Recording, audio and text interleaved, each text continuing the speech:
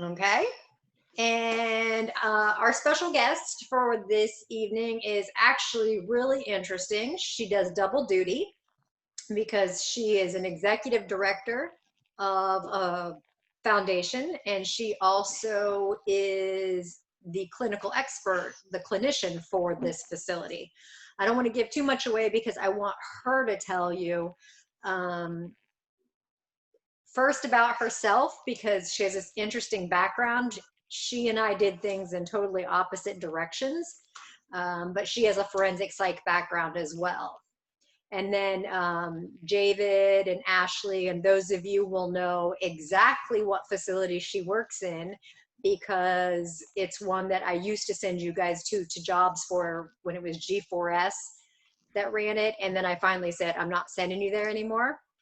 Well, Karissa Bolden, which is our guest for the evening, is now the one who runs this facility, but it has a completely different purpose. Well, and they actually Okay. relocated down to Miami. So I Did don't you? work there anymore. Yeah, they did last year. So I don't work there Oh. anymore, but just as of last year. So what's it? Is there what's in that building then now? Nothing. Nothing. Mm-mm. They were going to Mm, use it for dogs to train police dogs, and then for women coming out of prison to help them like with homelessness. But right. as of right now, nothing.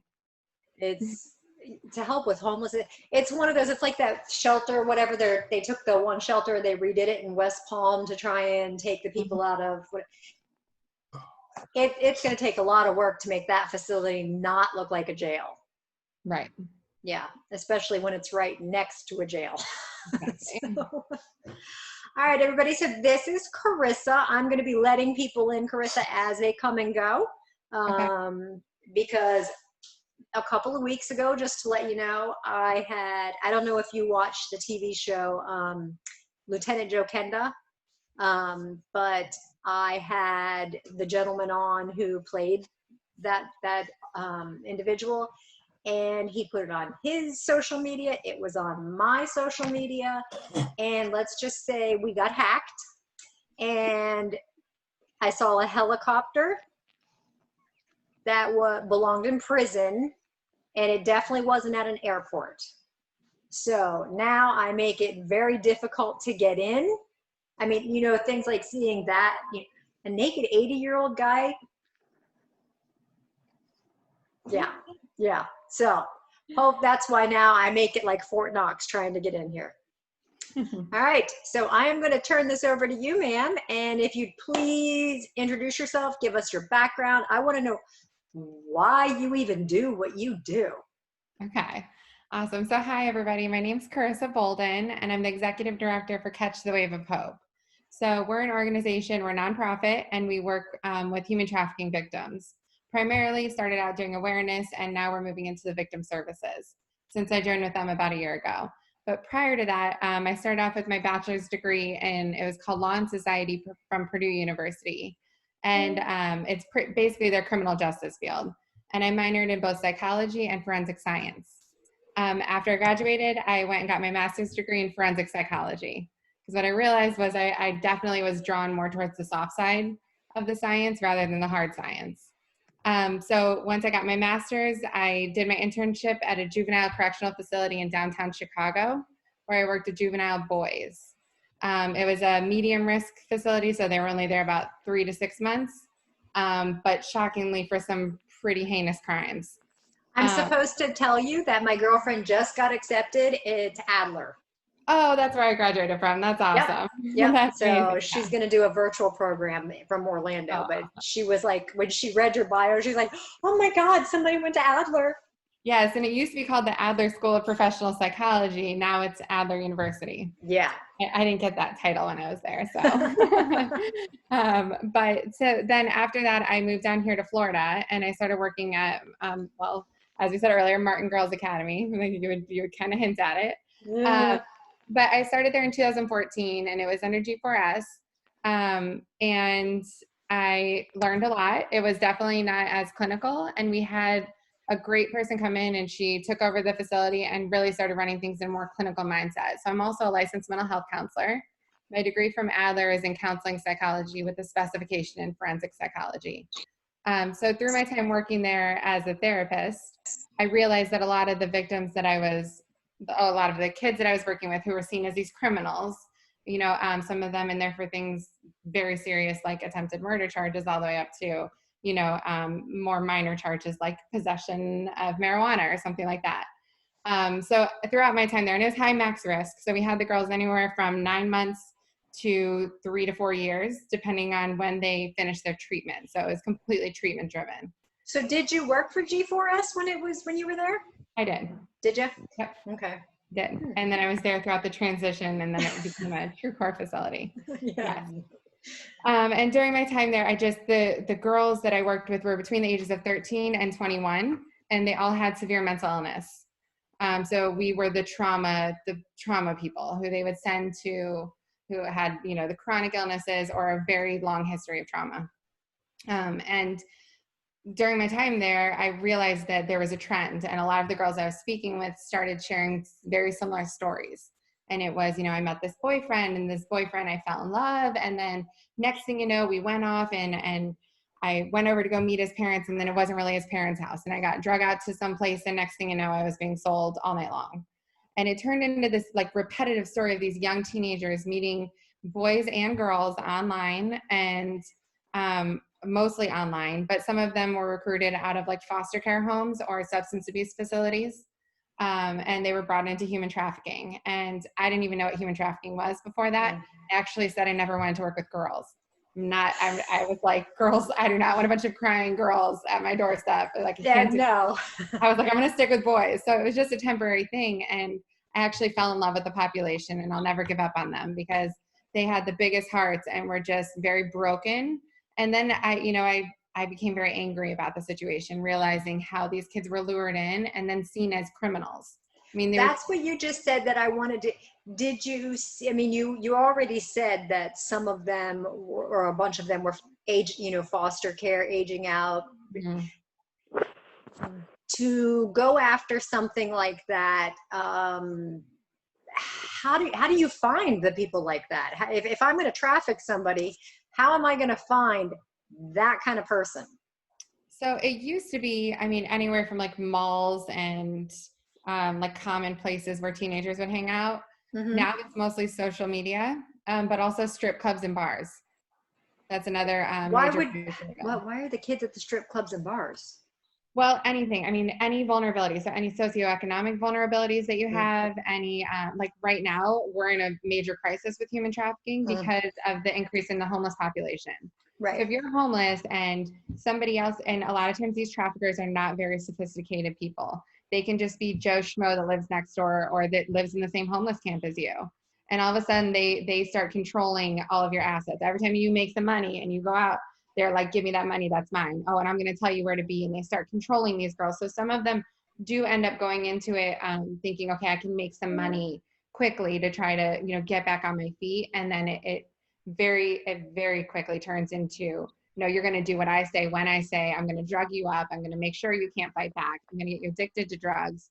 So you really have no way out. Oh, and by the way, your testimony is worthless because you're a drug addict. So I can just show them that in court. Oh, and look at your Instagram pages. You've got all these pictures of you in bikinis. Oh, wait till I show the courts that. They're never going to believe you. And these kids, they immediately are going, okay, fine, I'll do whatever you want me to do. And some of them were sold for like around 2 years, and they're 14. Right. And being off and being missing from home, not being with family and all of these things. And I just felt like as a society, they were the kids who had fell through the cracks. And I don't think a lot of people realized what was happening to them. And that it scared me, first of all. And then it just made me really angry. And Karissa, did you watch the the Epstein thing? Of course. Yeah. How were the similarities? Did you see that between, I mean, these girls were a little older, they were high school, but did you see similarities between the girls that Jeffrey was taken home? Absolutely. And I would say the biggest similarities would be the girls that he chose as recruiters.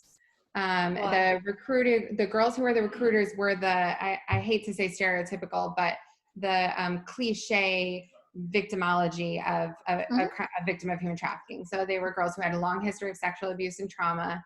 They were girls who, I tell this often when I give awareness presentations, but when a trafficker looks for a girl to recruit, they're looking for the girl. They walk up to a group of teenagers and they say, wow, you girls are so beautiful. You're so gorgeous. You're so fine. You shouldn't be out here by yourselves, something like that. And they're not looking for the girl who like kind of flips her hair back and goes, I know I'm pretty. They're looking for the girl who sits there and goes, I'm not pretty, not me. Who shies away. And looks down and shies away because they know, oh, that's a girl. And then they will target that girl and they will make them feel like $1 million, like they've never felt at home, like nobody's ever told them how beautiful they are, how perfect they are. And these girls very quickly, there's a false sense of loyalty towards them. One that's, you know, we call it the invisible chains. And a lot of people say, well, why don't they just leave? And these kids, I don't know if any of you have teenagers or worked with teenagers at all, but I know when I worked survived one. There you go. I was saying I was not an easy one to survive, so I know I'm in for a treat with my little ones. Oh yeah. But I'll tell you, they fall in love so quickly and so hard. And these traffickers know that. There's actually online databases where they sit and they talk about the ways to recruit these little kids in. You know, and now with social media, I mean, they go and get on these Animal Crossing games that all these little kids are playing, or these Roblox games that all these kids are playing, or Fortnite. And they chit chat with them and they become such good friends with them. These kids really think they're friends, or they really think they're in love, and nobody can tell them different. And that's what makes human trafficking so unique, is that even when people do come in and say, hey, let me help you and get you out of this situation, they still feel that sense of loyalty to that individual who brought them in, and that companionship and that trust. And a lot of them won't even recognize that they're victims until much farther along in their treatment. Are there some that never realize that they were victims? Because even the ones that become recruiters were victims. Right. And a lot of times the recruiters were paid to recruit. Right. So it was, if you go get me 3 more girls, then I won't make you work tonight. And that's how it gets all up. So it's really just survival. And I think that's another misconception. If people go, how could you recruit other girls into human trafficking? You know what's going on. You know they're going to sell these girls. How could you go into that high school and do that with the Jeffrey Epstein? Right. You know, but the reality is that girl herself is just surviving. What about, you just mentioned it, Epstein's girlfriend. Yeah, she's like how do you the say her most name? hated woman in America right now. Right. I mean, like, they're so taking was she polls. a victim? Is she a victim? Not that I've heard of. I mean, No, I don't think so either. Through the documentary, which I don't know, like, I don't want to say it's valid or invalid in any way, shape, or form, but through the documentary, it seemed like she actually participated in some of the sex acts. Yes. However, there's no charges against her for actual sex acts against children. There's only the charges for what she did with Jeffrey. So my hope is that will come to light as this investigation unfolds. But I tend to fear the worst because of, you know, I had heard about the Jeffrey Epstein case back in 2014 when I moved down here. I had other clinicians and therapists telling me about it and how it was happening and how nobody was doing anything about it. Right. And so it's something that has frustrated me for a while. I loved the documentary. I thought they did a really good job at making the voice of the victims be heard. Right. And it's not common. You know, usually the victims are ripped to shreds and portrayed as the bad guys in this. So I really like to see the documentary, but I think it just exposes the extent of what Jeffrey was able to do and the extent of the corruption that is involved with human trafficking and why it's so hard to prosecute. Well, it also, I found it quite interesting because normally my students they've never heard the word classism before. Like, you know, oh, when I was in school, there were jocks and this and that. They don't have that anymore, which to me is really strange. So I was watching the Epstein thing and I was surprised that I would think he would have thought these girls were beneath him. Oh yeah. Why? Yeah. I mean, but everything was fair game. I was really kind of surprised. So. Yeah, there's a lot of things about it that I think were good, mostly because I don't think a lot of people really understood what human trafficking was. You know, I had an uncle who I've had multiple conversations about it with, and he called me up after he watched and he said, I'm so sorry, I totally missed the boat.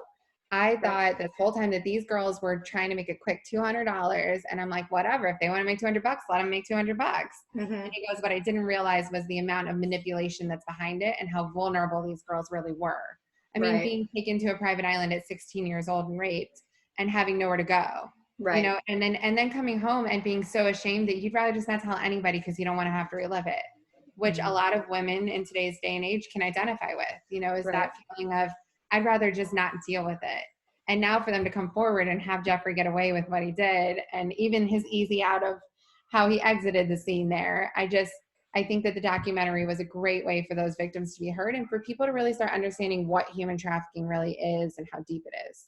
Yeah, I think you're right though. I think it's because the documentary was so well done, and I didn't feel it was slanted, which a lot of things are.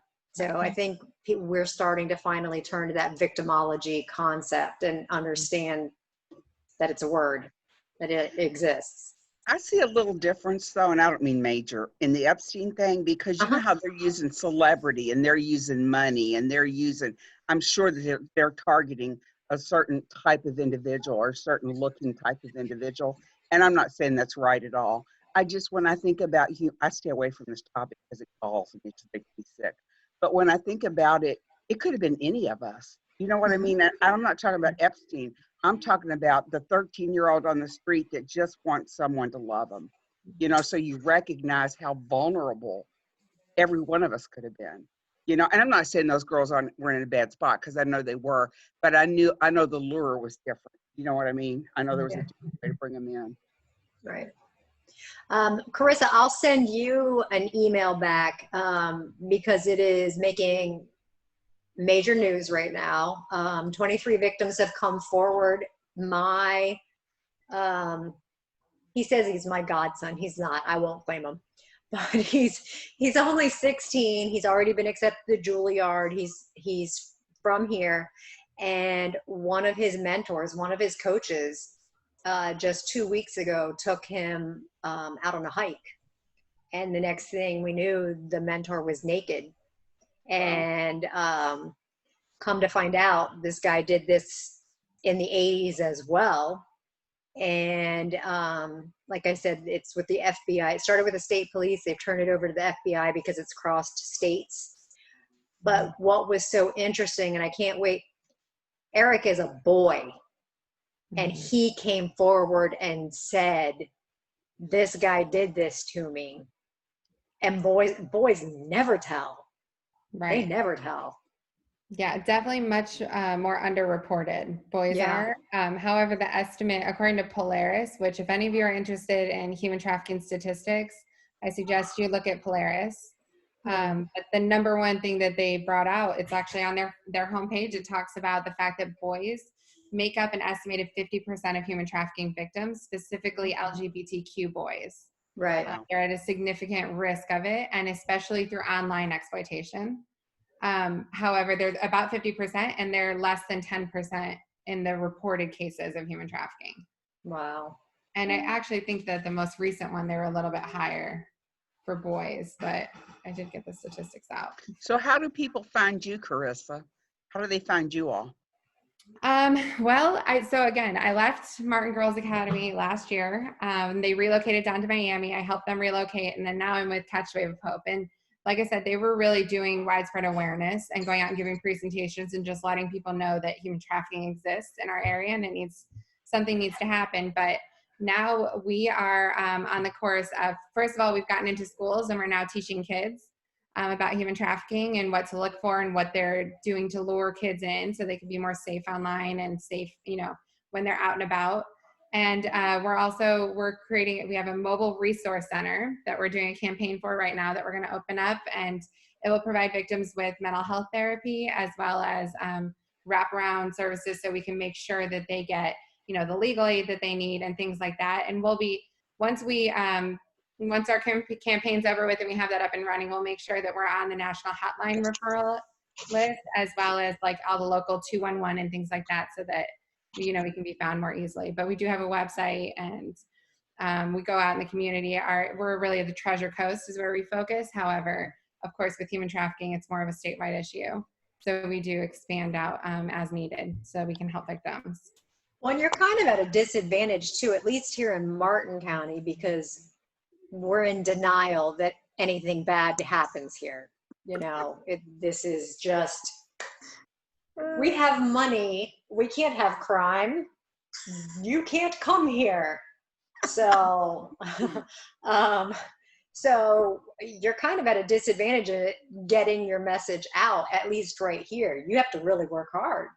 Yeah, actually, you would be surprised though. The kids are very aware that it's happening. Right, The they adults are are. the ones who are in denial because our local Martin County High School, there's a young lady who goes there who's just 16 years old, and she started a human trafficking club that has over 50 members. Just last year, she started it.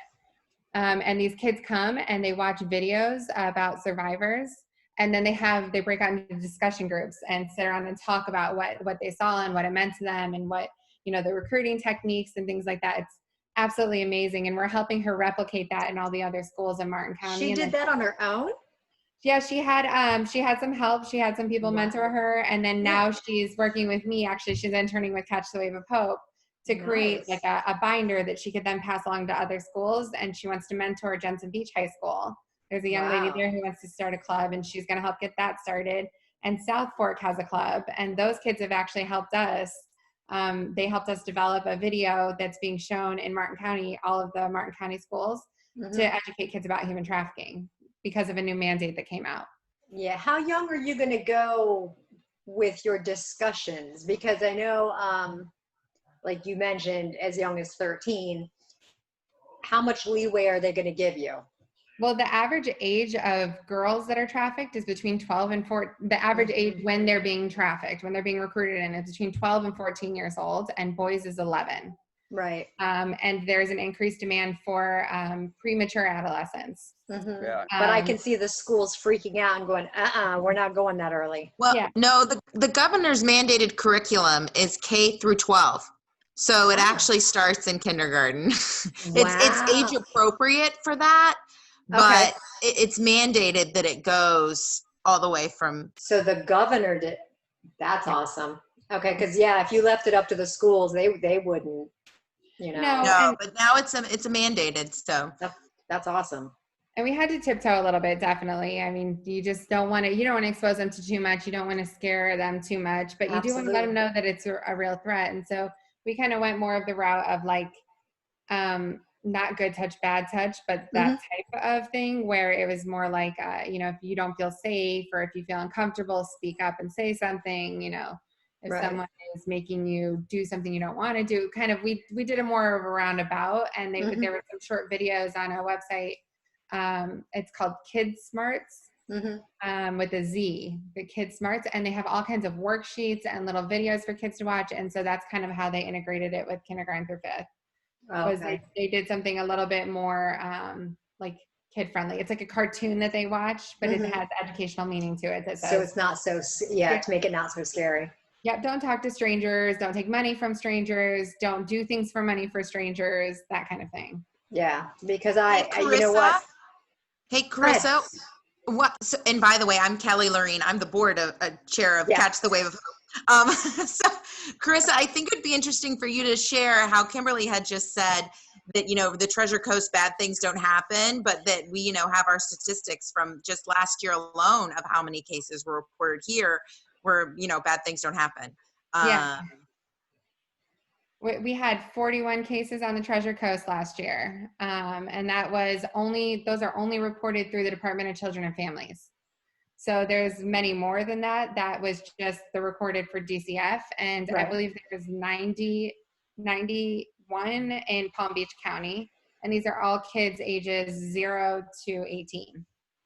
So it is happening here. And those are just the reported cases. Many of the kids who are victims of human trafficking are runaway kids in foster care systems. And up until just recently, foster care agencies didn't even have to report kids who ran away.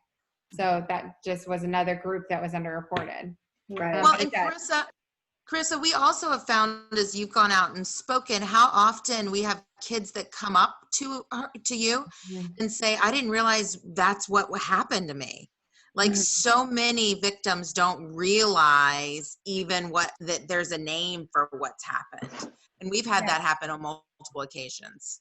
Yeah, or even adults. I had adults come up to me after, because a lot of times we would go to churches or speak to like rehab groups or substance abuse groups, and they would come up to me afterwards and say, hey, this has been, I actually had one woman last year come to me and say, this has been happening to me my whole life, and I didn't know there was a name for it. My mom has been selling me my entire life right here in Stewart, and I had no idea that there was a name for what she was doing to me, and that this happens to other people. I thought just my mom does this to me. And she was in her 20s, you know, and these people are begging for the probably 3 or well, it might be 5 years ago. For me, everything is starting to blend. But we had Jensen Beach High School. We had a brother selling his sister to the students at school, and it was a fluke that somebody came forward, but he'd been doing it the whole time she was in school. There's been a couple cases of that actually out in Tampa, where there's kids selling other kids in high schools, and the kids were the ones making the money, you know. Right. And like, where the hell do you learn that from? Like, I'm a band nerd, for God's sake. When I was in high school, you know, social media. It teaches them everything. I mean, when I was in middle school, I knew a kid who was selling his girlfriend on just riding on his bike with her on the handlebars and selling her. What? In middle school. I mean, it was down in Miami, but you know, we heard about it. It happens. Yeah, Wow. Actually, Florida is number 3 in the country for human trafficking, with the most cases, and Palm Beach County is number 3 in the state. It goes Miami, and then Tampa, and then Palm Beach. He was 14, she was 12, I think. Yeah. Do you think, Kelly or Karissa, do you think that we're number 3, and then I know who 1 and 2 are? Is it because of the access of how easy it is to get in and out of here and to transport them? I mean, you mean Florida? Yeah, or like I think Palm Beach in general. Okay. Yeah, like I can tell you, our gang activity is picking up. MS-13 is up here now, and we have some stuff going on, but we also have the port, the turnpike, and 95 all on top of each other. So would that be a reason why you've got this here? Why we would be number 3? To be honest with you, I think that the reason that there's so many reported cases in Palm Beach is because there's been so much awareness, and because people are, I mean, there's massive task force down there for working with the state's attorney's office, working with the police departments. They have multiple grants where they've hired on people just for human trafficking and just for like victim advocates that deal with primarily with human trafficking. So I really just think it's that more people know what it is, so it's reported more often. I strongly believe that it's happening just as much up here on the Treasure Coast and everywhere. I think that it's just whether or not people know that's happening and know to report it. Yeah. Have you heard of the organization called End It? Yes. Okay. I'm very good friends with the people at End It, and I can tell you a couple of years ago I watched, and I was traumatized because I watched the kids put on the performance Daddy. I saw that play too. My students were in it. Yeah, it was excellently done, but it was so real.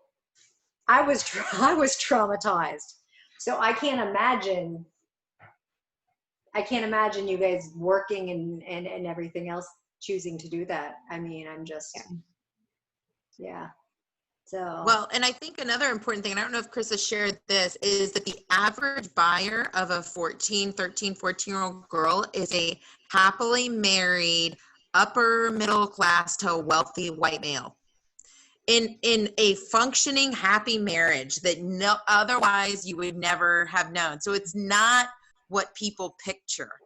And that's the thing that I think really stops people in their tracks, is when, like, I'm talking to my friends and I say, you know what, actually the average buyer would be someone like your spouse. And they're going, what? No, that can't be. And I'm like, yeah. Yeah. But these Johns are never punished, correct? Correct. Because you're never going to find them again. Well, exactly. But as long as there's a market, if you can't kill the market or wow. Supply Well, and Kelly, demand. if you'll mention what you said to me, why we're switching to human trafficking versus drug trafficking, the reason behind that, I think is fascinating. Because the business of it has changed. It's now worth so much money that it's surpassing the drug trade and firearm trade as a way for organizations. I'm working with another group that is actually trying to work with the federal government to use it as a new means to go after organized crime, to go after terrorist organizations, because you can buy and sell someone multiple times, whereas if you buy and sell a drug, it's gone with one hit. So now the market and the money involved is so huge that that's what people are using to fund major organizations. Karissa could talk even more about it, but you're seeing a trend and a shift towards this. Yeah. They estimate that it's a $150 billion worldwide industry, which surpasses any drug trade. The only thing that it's masked by is arms, I believe, right, Kelly? Is arms, and that is it. It's just arms, and then it's human trafficking. And so, like she said, I mean, they estimate that each girl can make one trafficker about $100,000 a year. Barbara also asks, there's some questions popping up here, Karissa. Are you finding certain populations are more vulnerable, like Latinos or Caucasians or multiracial? Yeah, so according she said she would think the Hispanic population would be most vulnerable here. Yes, and according to the National Human Trafficking Hotline, Latinos are the highest targeted in out of all of the different races. It's Latinos make up about out of the 23,000, it was about 2,000 that were focused on the Latino, which is the biggest main category. A lot of them don't report. So what the Human Trafficking Hotline does is they take all the information and I apologize.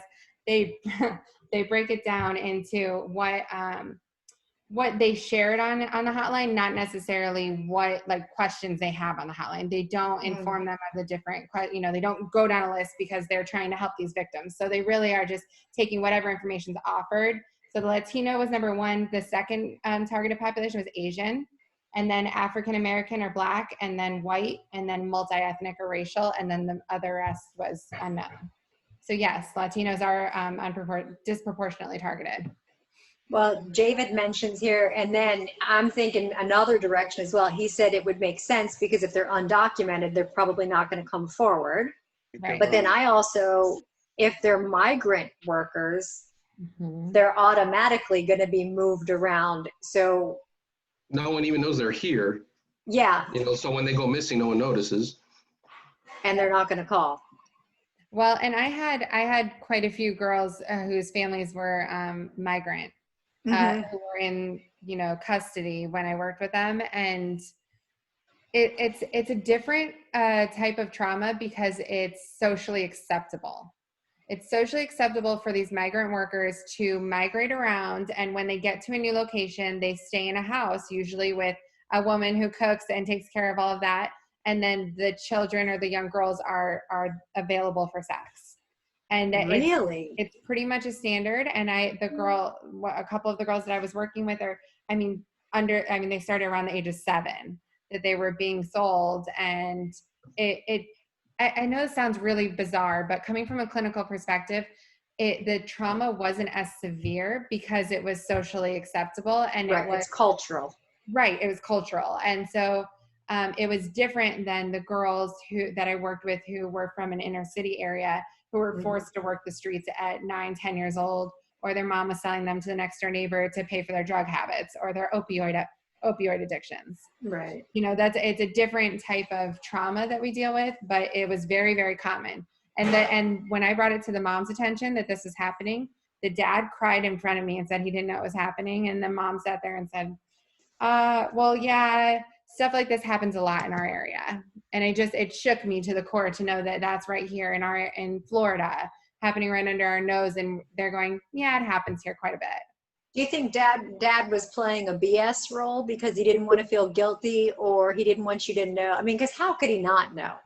Probably. but this is also coming from a person who talks to people who are married to serial killers and didn't know that either. So I know it happens. Well, and I sit there as a parent and I go, how could you not know? How could you not know what's going on right under your nose? Yeah. I think what was genuine was having his daughter tell him how bad it hurt her and that what it did to her broke him. And I don't think a lot of dads these fathers of these girls who are human trafficked ever have the opportunity to hear that, to hear those words of, look what happened to me. Like, and you know, they always say once you have a daughter, things change for the way you look at women. And I find that very true. And I think in this situation, the dad, I think he was genuine. Right. But I also think he knew what was going on the whole time. He just hadn't really sat down and said, what am I doing to my child? Speaking culturally, as a Hispanic, I can say that, you know, dads often are clueless, not because they don't care, but because in that culture, women take charge of the children. The dads are out working. They come home. It's understood the dad comes home, he gets to pass out, and the children are the woman's concern. And even though, you know, I'm very Americanized myself, my wife, she's from upstate New York, she's Irish, you know, you'd be surprised what I don't know what's going on with my son. You know, I'm not saying it's the same thing, but it's like, you know, I'll go into the drawer and I don't know what clothes don't fit him anymore. That kind of silly thing, it happens. So it doesn't surprise me with, you know, more conservative culture, more, you know, from the old country. In other words, that dad doesn't know what's going on. He goes to work, he works his butt off, he comes home and he passes out, he doesn't even know what's going on. And, you know, the mom doesn't bother to tell him, you know, so that doesn't actually surprise me all that much. Really? Okay. So I have a question and I guess an observation. And one of my questions is, when I think of human trafficking, I think of like some girl, she was New York, I think, and she went to some party or something, and she's walking down the boardwalk and she's drunk, and there's a van that comes by and they whoop her in the van and you never see her again. You know, you hear those stories. So to me, that's what I think of. But now what I'm hearing you saying, I don't mean that doesn't happen, but most of it is that insidious kind of, they don't know, they're being groomed a little bit. They're being hooked and they don't know it. Yes. Is that right? Yes, you're absolutely right. And that's a big misconception, is people think of it as like taken, where somebody's like grabbed and stolen. And I'll tell you, I did work with a couple of victims who were taken like that and who were snatched up, usually from like a drug dealer where they were going to buy some drugs or something, and then they were shoved into a car and taken to a place or something like that. But the majority of kids who are being trafficked now are being trafficked through like romantic relationships. That's the number one, romantic partnerships and marriages. Right. And that's the lure. And that's where, when you were saying earlier, you know, that could have been any of us. I feel that so strongly, because I know I was young and dumb and in love more than once, where I would have done stupid things. And this easily could have been me. And I used to tell my clients that all the time. There's no difference between you and me. The only difference is you picked the wrong one. Literally the wrong one came across your plate, and it's not even you picked, they picked you. Right. You know, and that's the reality. You're right. It's much more done through manipulation than it is through snatching people up. And the other thing, I live outside of Louisville, Kentucky, okay? So what you hear about is like Derby, and human trafficking is horrible during the Derby. So what I thought they meant was, because I don't read this stuff because I can't stand the thought of it, what I thought they meant was people being snatched, so to speak. But what I'm realizing now is the clientele are in town who have the money to be fed. Is that okay? So big events like that do draw, I guess, I don't know. I did a big study on the Super Bowl, and you would be shocked at the busloads of women that are brought in to service clients for these big events. That I've seen all the time. It happens all the time on college game weekends in the big college towns. It happens there all the time. People don't realize that. That's why I go to small schools. And I know you all know this, okay? And I don't know that it's not human trafficking, but it galls me. We have a football team where we have the cute little girls, and they have a name for them. I call them fluffers. You know what I mean? They take these little girls and they show these men all through campus. And it's just, you know, it's the dynamic behind selling sex. You know, it's just the dynamic behind it. and why people think that's okay in college towns, but they do. Sorry, it can't just be No, my you're college. right. No, It cannot you're. just be my I'll college. go. Apologize. I'll be with you because when I go off on a tangent, Yeah, I'm that like just really galls glad. me. My brother allowed my sister-in-law, and it's just me because I know too many bad things. And my niece was I think she was only 6 or 7, and she had like cheer across the butt on her shorts. And I'm like, people do not need to read my niece's butt. Yeah. I'm like, these are going home with me. I just, when it comes to some things like that, there's no reasoning with me. I'm a little, yeah. Right. Yeah. Well, So and I know it happens with men too. I just see that we still have that mindset somewhere that it's okay for young girls, you know, people that are, and as you say, they're getting younger all the time, that's okay. And it's not okay. And that's that Epstein. That makes me so mad to think that everybody knew this and nobody did anything, that was okay. That's not okay. or even that Karissa, there do were you have the average age? Because I haven't taught this class in a while. The average age of sex, some form of sex in the United States.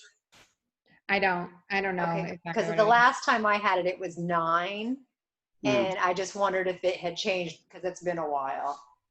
So, but Um, that's I mean- scary. I mean, Yeah. I'll tell you, even the apps like TikTok, they make my stomach turn. I can't even go on them because of the hypersexuality of children that's being portrayed on there. Yeah. I mean, I know it's an innocent app and I know it's not meant for that. However, it can be used for that. And it freaks me out to think I have an 11-year-old stepdaughter.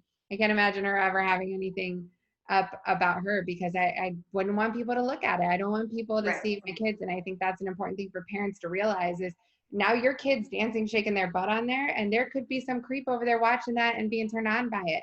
And I don't know about you, Yeah, but you don't I want to don't know want what to he's look at my kid doing. like Yeah. that.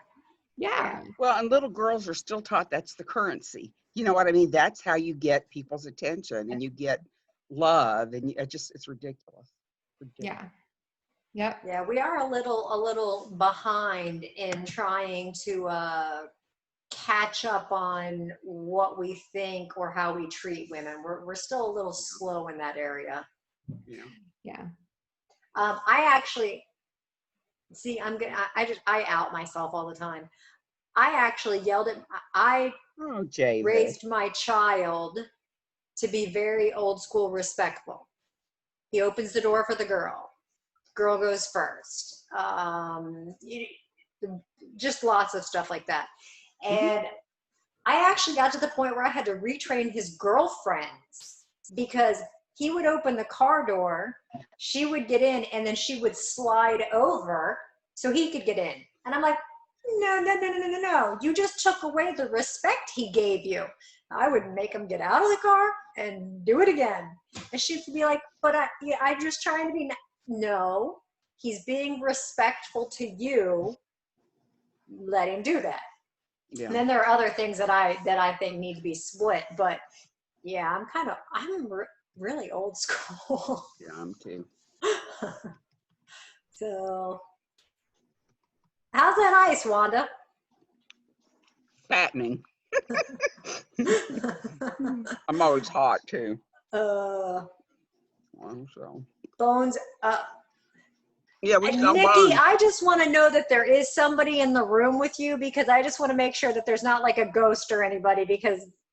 Yeah, that's Heather. She couldn't figure out how to get on to the. Hi. I just got back from vacation. I know you were in Ohio and you didn't bring me anything back, and you know that's my home state too.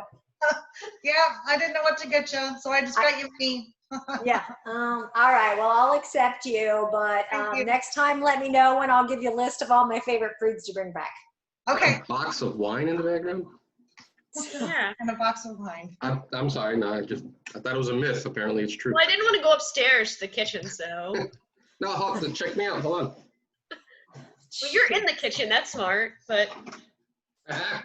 So do you all have cases like I don't know, is it Centoya Brown? Do you run into cases like that where they have killed their abuser? So I didn't have any girls who killed their abuser. That's not true. I did have a couple that killed their abuser, but it was familial. It was family that was trafficking them. But I did have almost all of the girls that I had that were trafficked for extended periods of time, like more than a week, because some of them were trafficked for just a week and then they would get commit a crime or something and get locked up. But for an extended period of time, who witnessed murders. So like I had one girl who tried to escape, and it was actually one of the recruiter girls who was trying to help her escape. They like formed a relationship, and when the girl came in, she said, "I want you to run no matter what happens."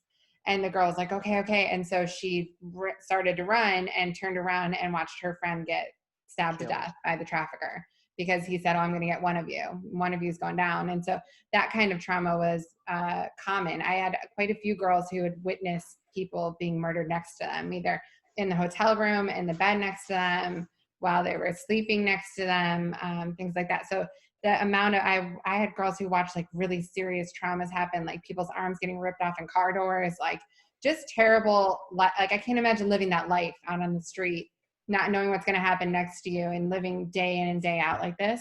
And most of them were high on drugs when they saw things, which made it even more terrifying. You know, so it's interesting, in your world, you really aren't just dealing with one type of trauma, or even maybe two, where I would think you're in a different location, you don't know anybody, this, that, whatever. You got it all in one thing. Well, and the amazing part is that was the case with almost all the kids who came through our facility. Right. Almost every single kid who came through there had, so I don't know if any of you have heard of the ACE scale, the ACE, it's Adverse Childhood Experiences. And it's a list of things such as sexual abuse, physical abuse, but it even goes on to like divorce or witnessing someone dying or being in a car crash. And it's a scale to see how much trauma. Almost all of the kids that we had in our facility scored a 10 out of 10 on that scale. So I mean, the amount of trauma, and they say just one gives you PTSD. Right. So to me, it was just astonishing that these kids who were seen as the worst criminals in the state of Florida were also the most traumatized kids in the state of Florida. From my I'll back you up on that, because even where I work and the people that we knew that the girls that other facilities couldn't handle went there. So the worst of the worst was there. But like you said, it might have just been they were incarcerated for simple possession and they ticked off a guard or something like that. Or a lot of times it was weapon possession. So a lot of things that traffickers do. So they keep a young girl around because, and they'll usually have them be like their enforcer. So if they're ever out on the streets and get pulled over, they will quickly shove their gun and whatever they have on them to the girl. And you'll quickly see, like if you ever watch the police cams, they will shake down a boy so fast, but unless they have a female police officer present, they cannot shake down a female. Wow. Right. So these traffickers know that, and so they'll shove their guns off on them. And if it just so happens to be a female police officer, that they know that girl will go to jail for maybe a year, 2 years as a juvenile. And if an adult male gets caught with a gun, he's going to jail for 20 plus if there's anything on it. But with a kid, there's a lot more leeway. So it's kind of like they're runners. They're their game runners. If I'm being trafficked, don't I want to be in jail? Do you know what I mean? Isn't that a way out? I'll tell you, a lot of the girls that I worked with told me it was the best thing that ever happened to them, going to jail. But the sad part was the day that they were finished. So they stayed there as long as they did treatment. The judge would say, you're sentenced to 9 months, but they would come in, and if they weren't doing treatment for that first 9 months, it was like day one all over again. And it was all based on the therapy. So sometimes, like I said, we had them for 3 years, but you saw it. I mean, it takes time and it takes them understanding what's happening, but it is like, it's a very, very long process. Right. Yeah. Well, and there's no reason for them to trust you right off. Who are you? Oh, no, So, no, yeah. never. And you know, what was amazing was we started, there was a group called My Life, My Choice. It's a curriculum that's a nationally recognized one for human trafficking victims. And what it does is it really teaches them what human trafficking is. It's more of like a learning course than it is a processing course. but you would be amazed because I brought them in thinking I had like 5 girls that had been trafficked out of 30, and soon found out that almost 25 of them had been trafficked.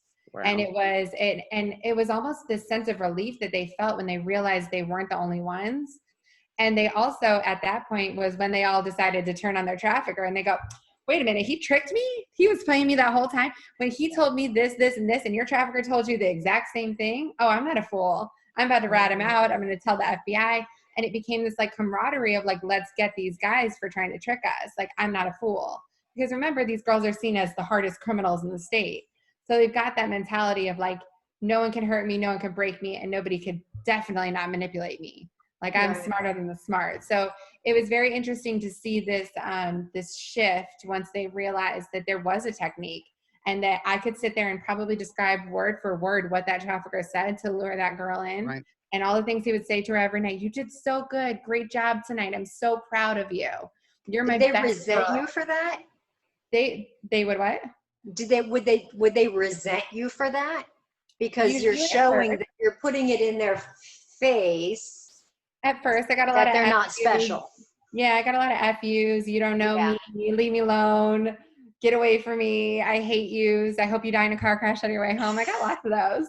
But usually the next day when I would walk through the door, they go, hey, Miss Karissa, I thought about what we talked about, and I want to talk some more. I want to call the police. I want to report it. I want to, because, you know, as a mandated reporter, I was always very upfront with my clients. And I said, if we're tiptoeing into this, I'm telling you right now, if you report it, I'm going to call DCF and I have to report this. Right. And a lot of times they would go, never mind, I don't want to talk about it. And I'd say, okay, when you're ready, let me know and we'll talk about it. And so a lot of times when I would confront them about these things, that's when they would turn around and say, okay, Miss Karissa, I'll make the call. I'll do it with you. We can go do it, or you can make the call for me, whatever it is, which usually led to police being called out and then an investigation launched.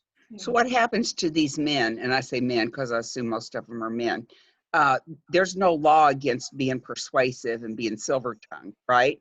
So unless they're taking money, I guess it's, I mean, what is the charge? So human trafficking is defined, the charges have to be through force, fraud, or coercion. So it's the means of exchange for money for a commercial sex act through force, fraud, or coercion. However, if they're under 18 years old, they don't even have to prove force, fraud, or coercion. It is automatically human trafficking. So if you're an adult doing it, you have to prove that somebody was forcing you to do it. But the coercion part allows that manipulation piece to be in play. So if they promised you a better life, if they, like Jeffrey Epstein, they promised you an education in Paris, if they promised you whatever it is, then that's seen as a form of coercion into sex trafficking. So in Florida, because let's just say in Florida, what is the standard or the typical sentence for trafficking? Can't say the word, for human trafficking. I don't even know that there's a statistic on that because there's been so few cases prosecuted. Wow. Yeah, I mean, it's very, very, very low. I don't know the exact number, but I would venture to say it's got to be less than 50, maybe less than 20. I don't know, but I know I only know. You said we were number 3 in the country too, right? Mm-hmm. For human trafficking cases. Wow. Yes. But they're settled before they get to court, is what you're saying, right? Or they're whatever that's called. You know, I don't know all those words. Yeah, or they're never prosecuted. Wow. You know, they take a plea, Wanda. A plea. Thank you. It wasn't common. Well, and they usually won't take a plea, A, because they have the money to get the representation they need because they've gotten it from their girls, and or they're of high power, or B, these girls, again, they are shamed. They're victim shamed the whole way through. So these girls they're like, I'm not going to testify. I'm not going to have you put all of my bikini photos on Instagram up here for you guys to say that I'm a slut and I deserve this, or I was asking for this. You know, these girls are sitting there going, Miss Karissa, I don't want that for my life. I actually want a future. I have to forget about this if I want to move forward. So they wouldn't testify. And without that testimony, you really don't have a case.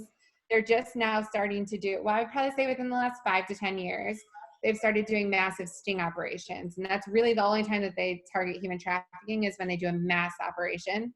And they plot the Johns. So the Johns are the police officers who will ask for the sex online. And then when they come in, what they do is they have social workers in the next hotel room.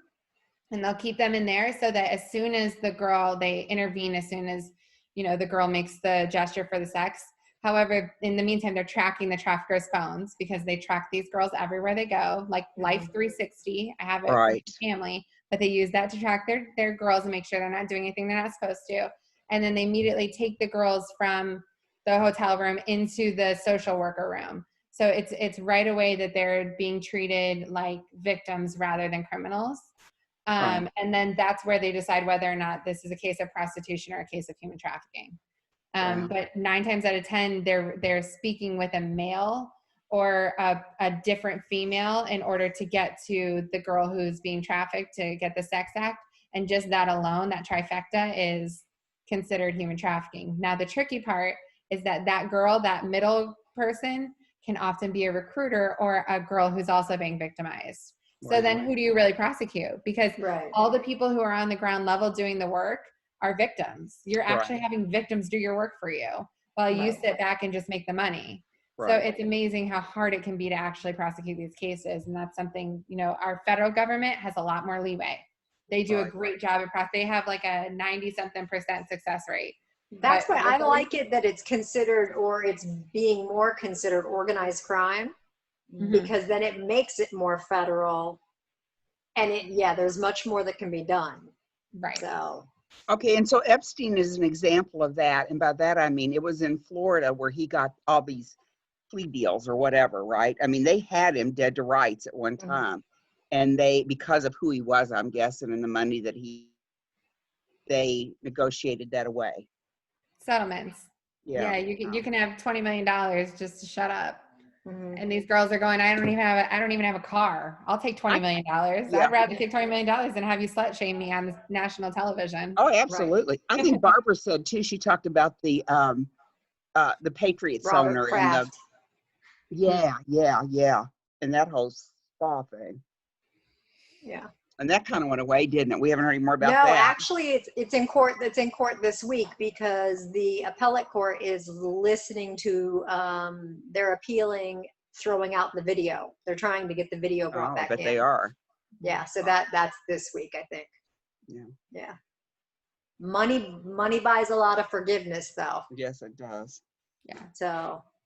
Well, and especially when you're sitting there knowing that it's going to be really hard to actually prosecute on the case. Knowing that it's going to be extended, long trial, you're going to be up there answering multiple questions from another lawyer. A lot of those victims are like, I'm just going to count my blessings and call it a day. Right. And I think that's worked for so long. And now people are outraged that it was working, because really who's getting away with it is the people of higher power. And then those lower socioeconomic people who are engaging in this are doing 30 years to life and are seen as rapists. Right. But never once do we hear Jeffrey Epstein be called a rapist. He's called a sex trafficker or abusing young girls. I just want everybody to know that is called rape. Yeah. And they don't use those terms because that's not where society and like domestic violence, at one time they wouldn't put the person away if the victim didn't testify, and then they quit doing that. They started, if there was evidence of domestic violence, they went ahead with the charges, at least here. So maybe that's what they need to do, is relook at the laws so that the victims aren't the ones that have to continually, because I wouldn't do it either. I can tell you right now, as a victim, I'd walk. I'd walk and just be happy I got out. So something else that we're doing with our mobile resource unit, we're hoping to get it funded to put forensic interview equipment in the back room. So the back room, how in our view, it's like the bedroom.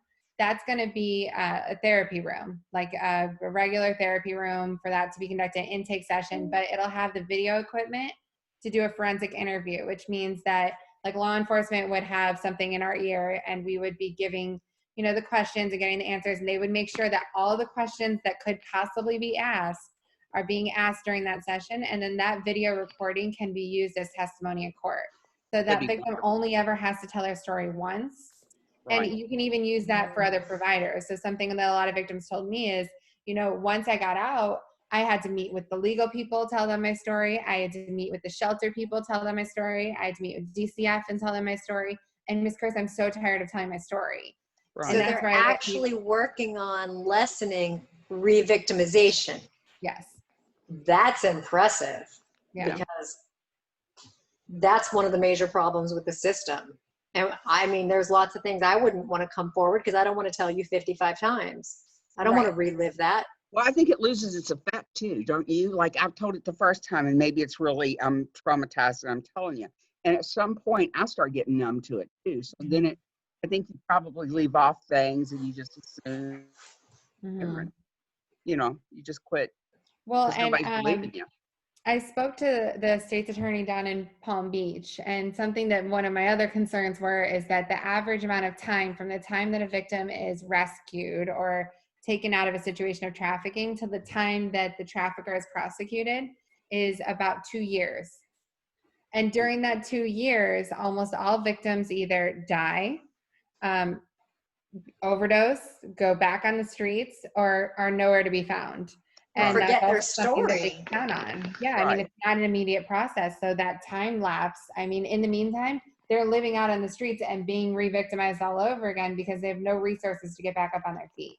You know, and Well, so and time you've done, yeah, I'm gonna say time you've done drugs again too, then they suddenly question whether you even remember it correctly to begin with. exactly. Yeah. Wow. And traffickers know that, which is a lot of times why they tend to drug up that in control. It keeps them coming back. If I give you all the dope you need for the night and you need some more and you know I'm going to bring it to you, you're going to keep working for me.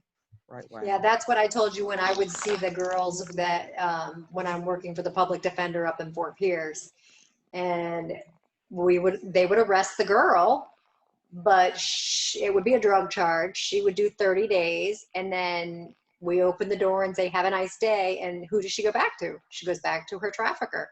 That's what I was going to say earlier about that too, is that was the hardest part of treatment when we were working with the girls was they could come in and they could do all this amazing work for 3 years and then they go right back to the same situations they ran away from because they're juveniles. They have to go back to their parents.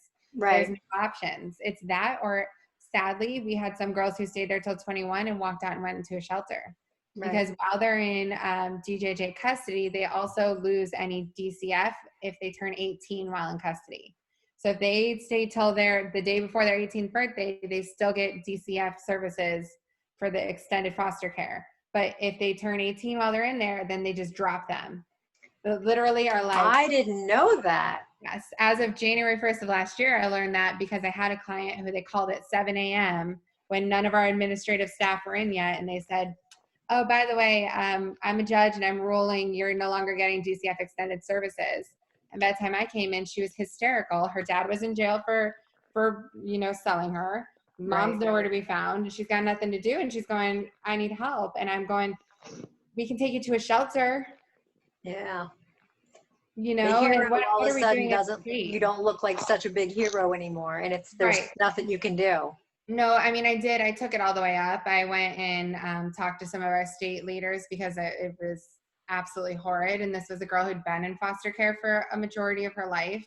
Mm-hmm. And so to just say this when that's been her only family was absolutely horrific for her. So they were able to get something going, but still, again, I mean, she walked out of there with no life to live, nothing set up, and just on her own, Right. and that's the sad story that a lot of these kids live is they have these remarkable stories of survival, but yet they're thrown back into that game after all of the progress that they've made and all the transitions that have happened. And there's really nothing in place. There's no one saying, hey, here's some jobs, or hey, here's an education, because they're going, like, you're not really going to do it. You've been living on the streets your whole life. Right. Yeah. Yeah. Mm. It's hard, but there are good people out there that are willing to do the work. It's just a matter of connecting those victims with the resources that are out there. And that's really what I'm trying to do with this mobile resource center with Catch the Wave of Hope is, make that connection and then be the navigator, because they get out and they go, well, I don't know how to write checks. I don't know how to have a bank account. I don't know how to get an apartment for rent. And so to be that that guiding factor of, you know what, I'll call around to all the local shelters and find out one that's open. I'll call to all the local legal firms and see if anybody will take your case pro bono. And we kind of be that navigator so that the victim doesn't feel like they're once again thrown into a whirlwind of out of control things where they can't do anything but sit back and wait. Do you know what I mean? So just being there as that support. Again, everything that we do and everything that I've done with Catch the Wave and at Martin Girls Academy is based on what these victims are saying that they need. So all of it is coming from their perspective, from their needs, and from how they see the world and how they navigate it once it turns dark for them. And once they need some kind of light. Right. Well, aren't they also like emotionally stunted? And I mean by that, like if you're 13 and you're drawn into this at some point, because I've seen this in other cases, I don't mean in human trafficking, but when there's trauma like that, it's like you're forever 13. You know what I mean? Like, and I don't know how to get out of that. I don't know the story there, but I've known people that are stuck at an age, like a maturity level. I tend to think a lot of people are stuck at a certain maturity level. I think you might be right. However, you're spot on. You're absolutely right. A lot of people cognitively get stuck where that trauma occurs. So, I mean, I had kids who were sexually abused at 2 years old, and things like that. So it depends. And a lot of them do need a lifetime of care. Some of them cannot function. And a lot of them sadly were brought into the system at 11, 12 years old and stay there through high school all the way till they age out of it at 20 years old. And that's their comfort. Kids thrive in structure, and our juvenile justice systems right now are working towards becoming more clinical. So it really is like a treatment center of care and trauma-informed treatment where we're sitting there going like, I used to have the girls all the time be like, I would say something like, you can't leave, that this is a jail or something. Miss Karissa, you can't say that around here. This is not a jail. This is a treatment facility. And I would laugh and I'm like, girls, there's barbed wire fences around us. This is a jail. Like, you're in jail. But they didn't feel that way because they felt like they were getting the care they needed. And a lot of them would get out maybe a week, a month, and come right back in and hey, Miss Karissa, hey, everybody, I missed you guys. And they're so excited to see you. And you're going, how sad. You just got your freedom to walk out this door and to go live your life and you're excited to be back. Right. And that just shows you the situations these kids are coming from and how we're really setting them up for failure long term. Yeah. Well, and if you don't get them early enough, what's to keep them at 18 or 20 or whenever they age out going looking for a pimp? Because that's exactly what I do. What's my options? Well, this is my commodity. And unfortunately, a lot of them become the pimps. They now know the game, and they're actually in a great recruiting center because there's a ton of vulnerable kids right around them. They know and how to that work was something we had to look out for a lot. Was we had a lot of well, I wouldn't say a lot, but we had quite a few girls that come in as recruiters, and you can see it. They're charming, they're pretty, they're funny, they're best friends with all the girls. They fit in like chameleons. And those girls oftentimes, like, I would have to catch them writing letters to each other saying, oh, come work for me. I'll make your life amazing. I'm going to do this, this, and this with you. And they're really just repeating what happened to them.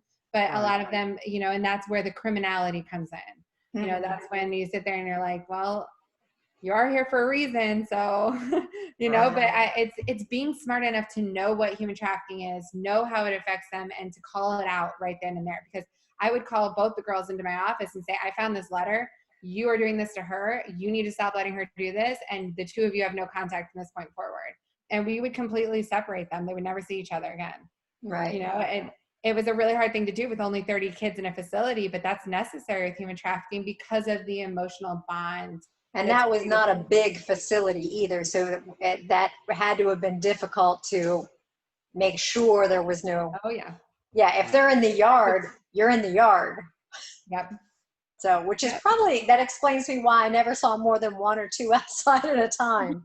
Well, and like a lot of times, we would use it as a therapeutic thing. So like I would go outside and shoot basketball hoops with my clients just to get them outside. And, oh, great. I probably thought you were one of the bad, one of the bad kids, Karissa, all the times I was going into the regular jail. Probably. I'm like, she sucks at basketball. She's got to be. I do. Guys, I'm going to wrap it up because I want to be respectful to Karissa because I know how you guys can be. They kept Bobby on here for 3 hours. Oh, wow. He was pretty good looking. I got to say he was pretty good looking.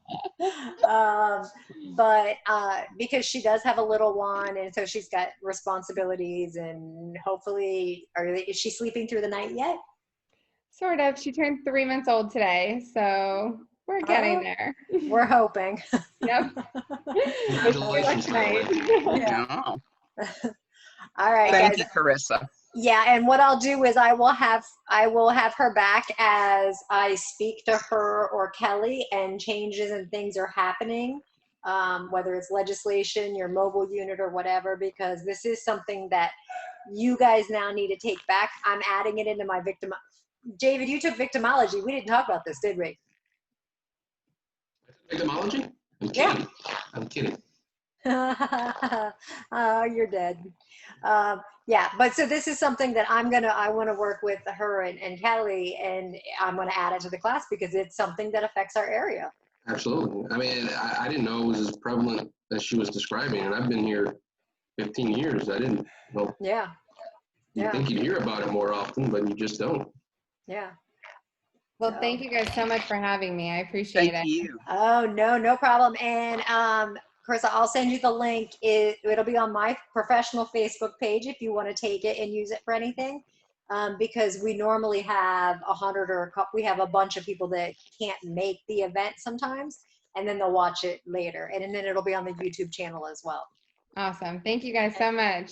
Thank you Thank you. so much. I appreciate you giving up your time. Absolutely. All right. good Thank night. you. Good night. Bye. Good night. Bye.